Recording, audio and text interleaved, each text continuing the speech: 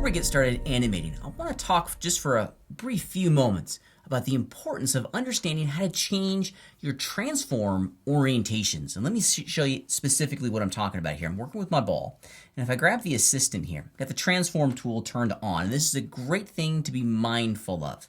If you look very carefully here, I'm going to zoom in so you guys can see it.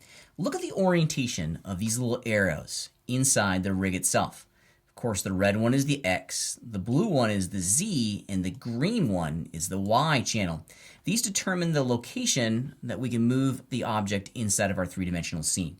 Now, when we're animating, we need to be laser focused on these transform channels to really understand how the keyframing system is using this information to give us the result that we're after. For example, let me show you the problem that we're running into here. I'm going to go, I got my rig selected. I'm inside of my bone objects, and I know that the X channel is left and right, and the Z channel is up and down, right? If I keyframe those, okay, rock and roll, and go forward to 50 frames or so, I can move this here, okay? But if I move this up here, what? Why is it moving the Y? It didn't change these numbers. Let me show you that again. I want you to look very carefully over here. I grabbed the blue handle, but the location Y channel is moving? What in the world is going on? That doesn't make any sense. Well, it does actually make sense once you understand how the rules and how this rig is set up. Right now, the orientation of all of these transform handles are set to look at the global understanding, the scene level understanding of the X, Y, and Z axes. Now remember, X is left and right, Y is forward and back, and Z is up and down. However, when it comes to working with rigs, we want to be able to influence our rig at the local level. I don't want the tools to evaluate the scene's rotation. I want it to only evaluate the object's rotation. When we're working with position, these ideas can be missed. It's not super important. Well, at times it is. However, watch what happens when we start to rotate our object, because this is really crucial.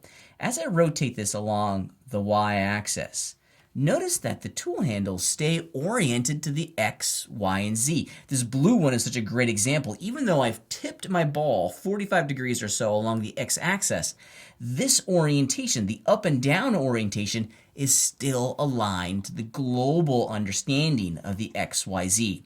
This compass over here is always showing us the global orientation and our perspective of the global orientation and placement of the X, Y, and Z axes. Well, as animators, we don't want this at all. We want to influence our rigs and the bones in our rigs at a local level.